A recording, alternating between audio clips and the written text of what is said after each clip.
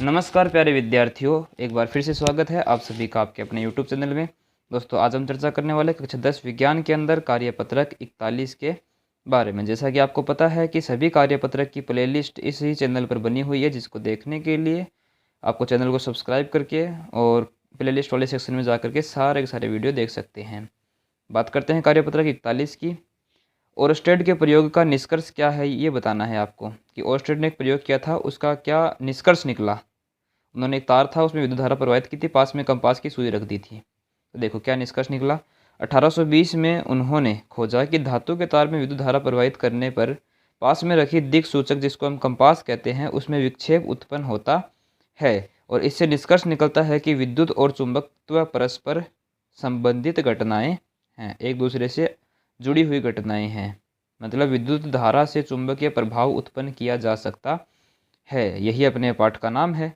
प्रश्न नंबर 2 की अगर हम बात करें तो प्रश्न नंबर 2 में बोला गया है कि चुंबकीय बल रेखाओं के कोई भी 3 गुण लिख दो, बस बात खत्म।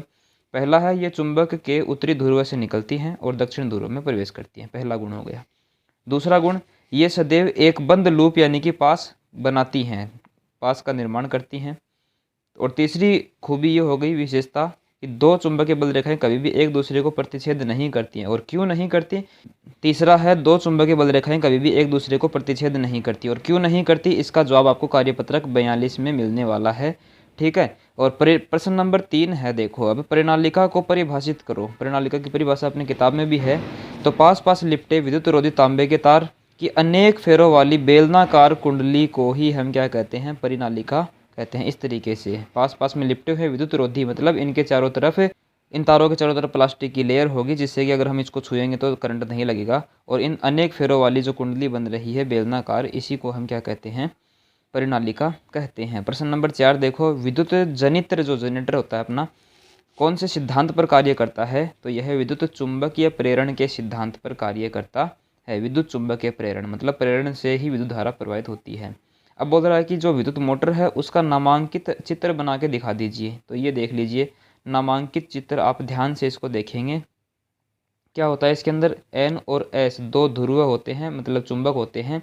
इनके बीच में कुंडली लगाई होती है। वैसे यहाँ पर एक कुंडली लगा रखी है, एक्चुअल में वास्तव में यहाँ पर बहुत सारी कुंडलियाँ लगा रखी होती हैं। ठीक है, जिससे कि ज़्यादा घुमाव उत्पन्न होता है, ज़्यादा विद्युत चुंबकीय क्षेत्र उत्पन्न होता है। अब इसके यहाँ पर देखो, दो तरफ है इसके कुंडली, जहाँ पर होती है वहाँ पर दोनों तरफ ब्रुश लगी होती है, और ब्रुश से टच में होती है विभक्ति वलय। ठीक है। और ब्रुश अक्ष और वाई, एक तरफ अक्ष और एक तरफ वाई हैं। इन ब्रुश के बीच में एक लगी होती है धुरी। क्या लगी होती है? धुरी, जो कि घूमती है चारों तरफ, इस तरीके से घूमती है। ठीक है, चारों तरफ। और उसके बाद में नीचे की तरफ लगाए होते हैं, एक तो कुंजी यानी कि स्विच जो होता है वो, और एक यहाँ पर लगाया होता है विद्युत का स्रोत। बैटरी का यूज़ हम करते हैं सामान्यतः। और बड़ी जो बड़ी मोटर होती है उनके अंदर हम एसी स्रोत का प्रयोग भी कर लेते हैं कई बार। ठीक है। चलो, तो इस तरीके से हो गया आपका विद्युत मोटर का चित्र। इसको आप ध्यान से देखेंगे, इसकी प्रैक्टिस करेंगे तो आप सीख जाएंगे। ठीक है, आगे है कार्यपत्रक 42। तो आइए शुरू करते हैं कार्यपत्रक 42। चैप्टर नंबर 13 से है विद्युत धारा का चुंबकीय प्रभाव।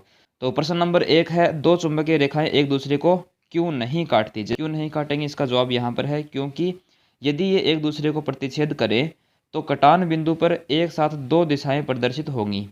ठीक है, कटान बिंदु आपको यहाँ पर दिख रहा होगा, इसके ऊपर एक दिशा इधर दिख रही है और एक दिशा नीचे की तरफ दिख रही है, और जो कि संभव नहीं है, क्योंकि एक ही बिंदु पर विद्युत क्षेत्र की एक ही दिशा हो सकती है, दो नहीं हो सकती। लेकिन कटान बिंदु पर तो दो दिशाएं दिख रही हैं अपने को, इसलिए वो कभी नहीं काटती है। प्रश्न नंबर 2 की अगर हम बात करें, किसी छड़ चुंबक के कारण चुंबकीय क्षेत्र रेखाएं बनाइए। यहाँ पर एक छड़ चुंबक मैंने बनाया हुआ है। उस छड़ चुंबक के अंदर आपको N और S दो ध्रुव दिख रहे होंगे। ठीक है। और इसके अंदर N ध्रुव से चुंबकीय रेखाएं निकलती है और S ध्रुव में प्रवेश कर जाती हैं। इसी प्रकार से ये होती हैं। और बाहर लूप थोड़ा बड़ा बन रहा है, इसलिए मैंने इसको कंप्लीट नहीं बनाया है, आधा अधूरा छोड़ करके यहाँ से इंटर कर दिया है। बहुत ही आसान चित्र है, कोई भी इसको बना सकता है आराम से बिना किसी परेशानी के। प्रश्न नंबर 3 है, विद्युत चुंबकीय प्रेरण किसे कहते हैं? बहुत ही अच्छा क्वेश्चन है, बुक के अंदर आपको बहुत ढूंढने से मिलेगा ये। उत्तर हो जाएगा इसका, किसी धातु तार से बनी एक कुंडली में से होकर गुजरने वाली चुंबकीय रेखाओं की संख्या में समय के साथ परिवर्तन होने पर कुंडली में प्रेरित विद्युत धारा बहती है। इस घटना को विद्युत चुंबकीय प्रेरण कहते हैं। अगर आप इसको समझना चाहो तो इस तरीके से समझ सकते हो ये आपकी कुंडली है, धातु के तार से बनी हुई है। इससे कोई चुंबकीय क्षेत्र रेखाएं गुजर रही हैं, तो इससे 1, 2 और 3 रेखाएं गुजर रही हैं। सपोज करो इनकी संख्या को मैं समय के साथ साथ घटाता या बढ़ाता रहूं, समय के साथ इसमें परिवर्तन हो जाए, जैसे अगले ही सेकंड में 4 हो जाएं, उससे अगले सेकंड में 5 हो जाएं ये क्षेत्र रेखाएं, तो इस कुंडली के अंदर एक धारा प्रवाहित होने लगती है। इस कुंडली के अंदर क्या प्रवाहित होने लगती है? धारा। और उसी को हम विद्युत चुंबकीय प्रेरण कहते हैं। मतलब प्रेरण से धारा बहती है, इसलिए उसको विद्युत चुंबकीय प्रेरण कहते हैं। प्रश्न नंबर 4 है, ये भी अच्छा क्वेश्चन है। माइकल फेराडे के नियम लिखिए। फेराडे का नियम क्या कहता है कि किसी गतिशील चुंबक का उपयोग करके कुंडली में विद्युत धारा उत्पन्न की जा सकती है। इसके अलावा इसी कथन को हम दूसरे शब्दों में कैसे लिख सकते हैं? किसी बंद परिपथ में उत्पन्न विद्युत वाहक बल, जिसको हम इलेक्ट्रोमैग्नेटिक फोर्स कहते हैं, उस परिपथ से होकर प्रवाहित चुंबकीय फ्लक्स के परिवर्तन की दर के बराबर होता है। मतलब चुंबकीय फ्लक्स का मतलब क्या होता है, आगे वाले हम कार्यपत्रक में देखेंगे भी, फिर भी हम बता दें, एक कुंडली है, उसके अंदर से गुजरने वाली चुंबकीय क्षेत्र रेखाओं की संख्या को ही हम चुंबकीय फ्लक्स कहते हैं। अगर ये चुंबकीय फ्लक्स बार बार बदल रहा है, मतलब ये जो चुंबकीय रेखाएं ज़्यादा या कम हो रही हैं बार बार में, तो उसके अंदर विद्युत वाहक बल उत्पन्न होता है।